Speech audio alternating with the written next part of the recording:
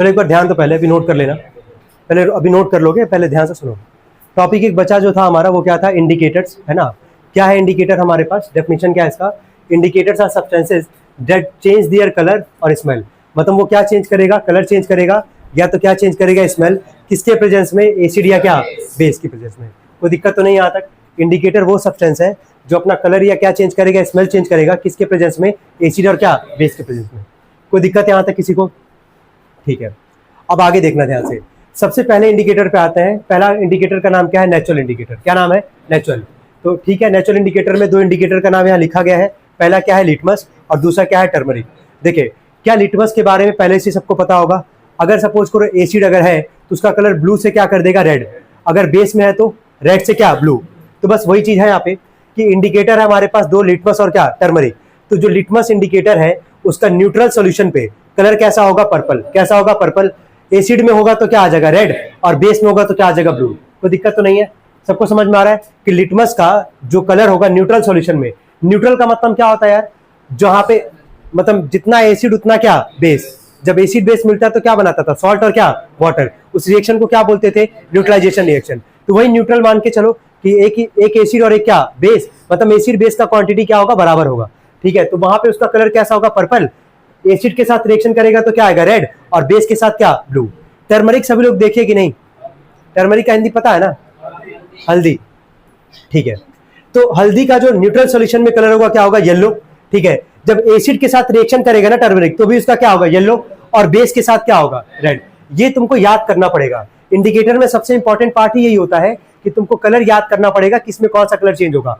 MCQ में आ जाएगा, 1 number 2 number में सवाल आ सकता है इस पे, याद कर पाएंगे सब लोग। तो नेचुरल इंडिकेटर में दो है, एक है क्या, लिटमस, और एक क्या है, टर्मरिक।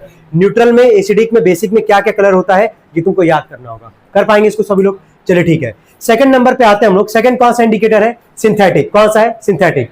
सिंथेटिक में तुम देखोगे कि दो इंडिकेटर का नाम लिखा गया है। इसका नाम क्या है, पहले का फिनोप्थिलीन। क्या नाम है, फिनोप्थिलीन। सेकंड का नाम क्या, मिथाइल ऑरेंज। क्या नाम है, देखो नाम पे जाओगे तो मिथाइल ऑरेंज का कलर, ऑरेंज से ही तुमको पता चल जाएगा कि मिथाइल ऑरेंज का कलर कैसा होगा, ऑरेंज। कैसा होगा, ऑरेंज। और फिनोप्थिलीन का कोई कलर नहीं होता, कैसा होता है, कलरलेस। कैसा होता है, कलरलेस। इसको याद रखना, ठीक है, कि फिनोप्थिलीन का कोई कलर नहीं है, क्या होगा, कलरलेस। और मिथाइल ऑरेंज का कलर कैसा होगा, ऑरेंज। जब इसको एसिड के साथ रिएक्शन कराओगे तो भी इसका क्या होगा, कलरलेस रहेगा ये, लेकिन बेस के साथ इसका कलर कैसा हो जाएगा, पिंक। अगर मिथाइल ऑरेंज का, जो कि कैसा कलर का है, ऑरेंज, अगर एसिड के साथ कराओगे क्या आएगा, रेड, और बेस के साथ क्या कराओगे, येलो आएगा। क्या आएगा, येलो। क्या सिंथेटिक इंडिकेटर भी क्लियर है। इसमें कौन कौन सा आएगा, दो। पहला कौन सा है, फिनोप्थिलीन। दूसरा कौन सा, मिथाइल ऑरेंज। कई लोग को फिनोप्थिलीन की स्पेलिंग याद नहीं होगी, मोर देन 90% लोग को याद होती नहीं है, गलती लिख के आते हो।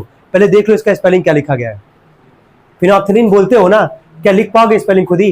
कितने लोग को याद है इसमें फिनोप्थिलीन की स्पेलिंग कैसे लिखते हैं, सुनाओगे, रहने दो, गलत है। और कौन बताया था, किसको याद है, हाँ बोलो।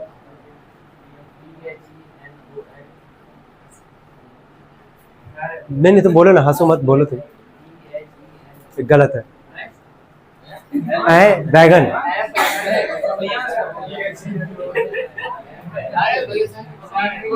गलत बोल रहे थे, गलत बोले थे यार, अब ध्यान देना यहाँ पे। फिनोप्थिलीन की स्पेलिंग देख लो पहले क्या है, PHENOL, फिनॉल लिखोगे पहले, उसके बाद से PH यही कई लोग नहीं, यहाँ पे कई लोग बोल ही नहीं पाएंगे इसको, समझ में आ रहा है, और याद भी नहीं होता है। फिनोप्थिलीन की स्पेलिंग याद कैसे करने का तरीका क्या होता है, फिनॉल पहले लिख लो, PHENOL, फिनॉल लिख लिए, उसके बाद क्या लिखोगे, PH और क्या, TH, दिख रहा होगा, PHTH, फिर ALEIN, यही याद करने का तरीका है। तो याद तो इसको ऐसे कर सकते हो तुम लोग, ठीक है। अब आगे देखो लास्ट में, अगला कौन सा इंडिकेटर हमारे पास, ऑल्फैक्टरी। कौन सा है, ऑल्फैक्टरी। पहले एक बार डेफिनेशन पढ़ते हैं इसके ऑल्फैक्टरी इंडिकेटर पे। बोला कि अभी तुम देखे थे, ध्यान से सुनना, जब इंडिकेटर का डेफिनेशन तुम देखे थे तो इंडिकेटर के डेफिनेशन में क्या लिखे थे, यही था हमारे पास कि जो अपना कलर चेंज करेगा और क्या, स्मेल। तो कलर कौन कौन से कंडीशन में चेंज हो रहा है, नेचुरल में चेंज हो रहा है कलर हमारा, और कहां कलर चेंज हो रहा है, सिंथेटिक में। अब ऑल्फैक्टरी में तुम्हारा क्या चेंज होगा, कलर नहीं चेंज होगा, क्या चेंज होगा, स्मेल। क्या चेंज होगा, स्मेल। तो देखते हैं यहाँ पे कौन कौन सा है। सबसे पहला कौन सा, ओनियन एक्सट्रैक्ट, मतलब ओनियन कह लो।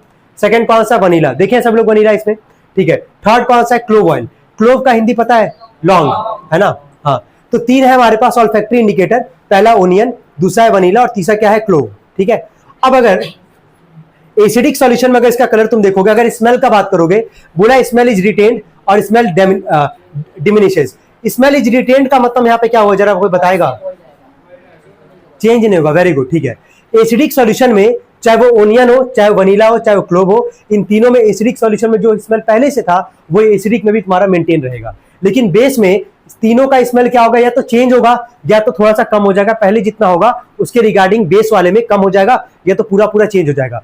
पहला पढ़ना, ओनियन में स्मेल क्या लिखा गया है? डिमिनिशेस। डिमिनिशेस का मतलब क्या होगा? कम होगा, है ना। सेकंड वाले में पढ़ोगे वनीला में क्या लिखा गया? स्मेल वैनिशेस, मतलब स्मेल पूरा पूरा क्या होगा? गायब हो जाएगा, है ना, स्मेल रहेगा ही नहीं वहां पे कुछ भी। लास्ट है क्लोव ऑयल के कंडीशन में, बेस वाले में स्मेल चेंजेस या फिर क्या? डिमिनिशेस। या तो स्मेल चेंज होगा या तो स्मेल क्या हो जाएगा? कम हो जाएगा। नोट करेंगे इसको सभी लोग।